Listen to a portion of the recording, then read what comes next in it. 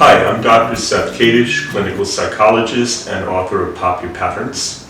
And I'm Teri J, marriage and family therapist, relationships expert, and wellness coach. And today we're going to look at popping the pattern of people-pleasing, aka? Pathological accommodation. Right, There I just we go. accommodated you with that. Did you see that? You did. So where does that typically come from? It starts in childhood and very often, right, with a parent who is angry, alcoholic, depressive. Yeah, that could be one reason. Or you could be like a narcissistic extension of a parent, and so to get your needs met, you had to pathologically accommodate. And so that's adaptive in childhood, but then it becomes maladaptive as an adult, because then you learn to like stuff your own needs at the expense of, you serve other people at the expense of your own needs. Which, by the way, is typical of all patterns. They start at a very early age, and it's acquired behavior that unless somebody points it out and pops it, we'll be doing it forever. Right? So what does it look like when somebody is a little bit older and they're people-pleasing? Well, it's almost like sometimes the opposite of we discussed monopolizing before, where you're not really letting yourself exist, or you're just kind of agreeing with someone else, or not really owning your own volition or having a lot of agency. You just kind of go along with whatever or agree out of either fear of abandonment or not really even knowing what you want, because you've kind of been conditioned just to go along with whatever or accommodate. And the thing is that we all want to be accepted, and we do not want to be rejected, ostracized, shunted aside. And so to echo what Teri was just saying, we do everything we can to fit in and belong. I also think of people-pleasing as kind of soothing and stroking other people. Right, true. You're right. So if you had like a volatile parent or something, you would have needed to do that, or someone with big emotional needs. Regardless, the result is usually the same, right? And Exactly. what would that result be? Exactly. Well, what would that result be? Would be, let's say, a husband and wife where one partner, the other one is always capitulating, giving in to the other one. Or what I see, what we've seen with clients we work with, where it could be a group of friends where maybe the person hates pizza, Right. and everybody's going for pizza, and I love pizza, and it's phony because they want to please the other people. Right, the power balance is off, and you're not really living your life or what you want. You're afraid actually to have needs, so it can be really, really harmful. Right, I like that phrase, scared or afraid to have their own needs. So what we're going to do now is we're going to show you a scenario, an active scenario of a couple, and you're going to see people pleasing in action. Yeah, let's get to know pathological Pete and see what happens. There we go. Stay tuned. Petey, this is so exciting. Hey, we're planning a trip. Yeah, planning a Thanks trip. for coming Beautiful. by. Yeah, what do you want to do anyways? Well, I'm just really wanting to collaborate with you and make sure we both get Sure. what we want. Let's collaborate. What do you want to do? It's perfect. Well, what do I really want to do? Yeah, tell me. Well, I want to just kind of work on my photography on our cruise, and so I thought, Cruise. We're going on a cruise. would you be cool doing some like Sure. high-risk stunts for me to photograph on the cruise? I mean, it depends what. Yeah, but okay. Sure, I'll do it. What do you want Thought me we to do do? the bungee jumping. Bungee jumping, like jumping off a thing onto a thing? Yeah, I mean, it's okay. you know? Sometimes they mess up the ropes and stuff, but you're a pretty good swimmer. It's going to be over like a pool. And then, Okay. Okay, great. Count me in. It's perfect. Yeah, I'll do that for you. Sure, it's for your thing. You know what I mean? So good. Absolutely. All right, And then all like right. there's this great cool thing where you can feed the great white sharks. I feed the great and white I sharks. can be in a little submarine and videotape the whole thing. Like sharks with teeth, and you know what I mean? Yeah. Like that could bite you. Well, okay. Is that what you want to do? That's what I want to do. Beautiful, And I could we'll also do it. I'll go with the sharks. I'll jump off the bungees. It's not a problem. All right, you can count me in. Well, there's one more thing. Oh, It's my a little goodness. expensive, Yeah, and okay. can I borrow a couple grand Yeah. to kind of cover all You these want a couple excursions? of grand to cover? All right, I'll write you out. Is a check good? Will you take a check? Yeah, because you're actually the one doing it, so you should pay for it. And That makes sense to me. All right, I'll write you with a check. That's perfect. Beautiful. All right, it'll be fun. Won't it be fun? It'll be fun. I All mean, right, all right. is there anything you want to do though? Me? I really want to make sure it was just like I don't mind doing what you want. Maybe I could. No, not really. Nothing that comes to my mind, But we'll do it. The sharks and the whole jumping thing. We'll do it. It'd be beautiful. Thank you. Perfect. Thank you. I like it. All right.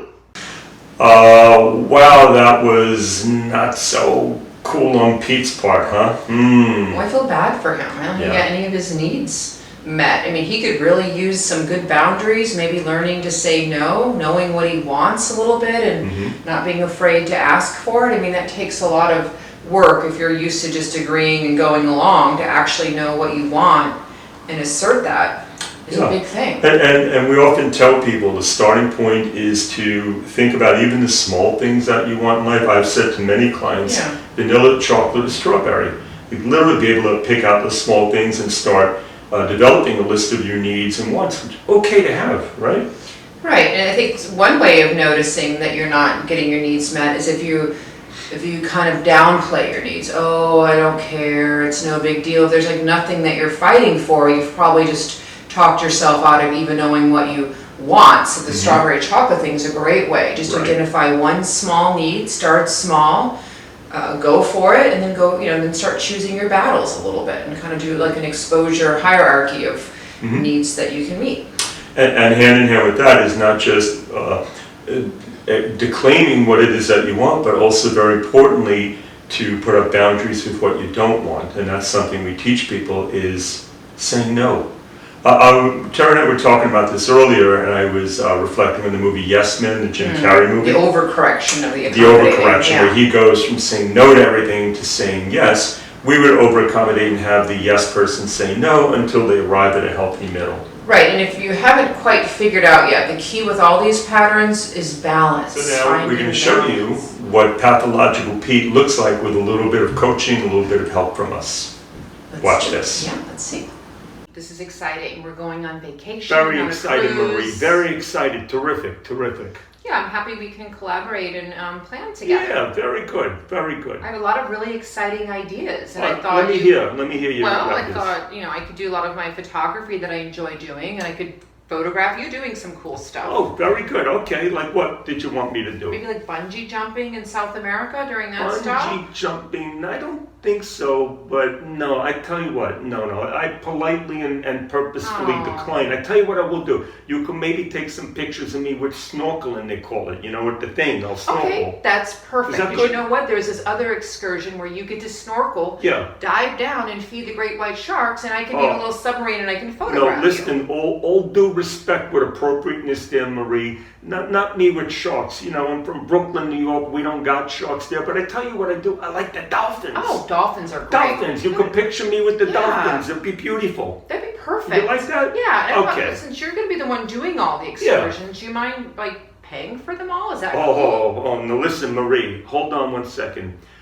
Maybe I could help out a little bit, but I got to take a moment and think about my budget. You know what I mean? I got to look at the budget, and then I could get back to you. Yeah, that makes sense. Yeah. Is there anything you really want to do though on this trip? I appreciate you asking me. I tell you what I would like to do. Besides with the dolphins and all that, I'm big with the buffet.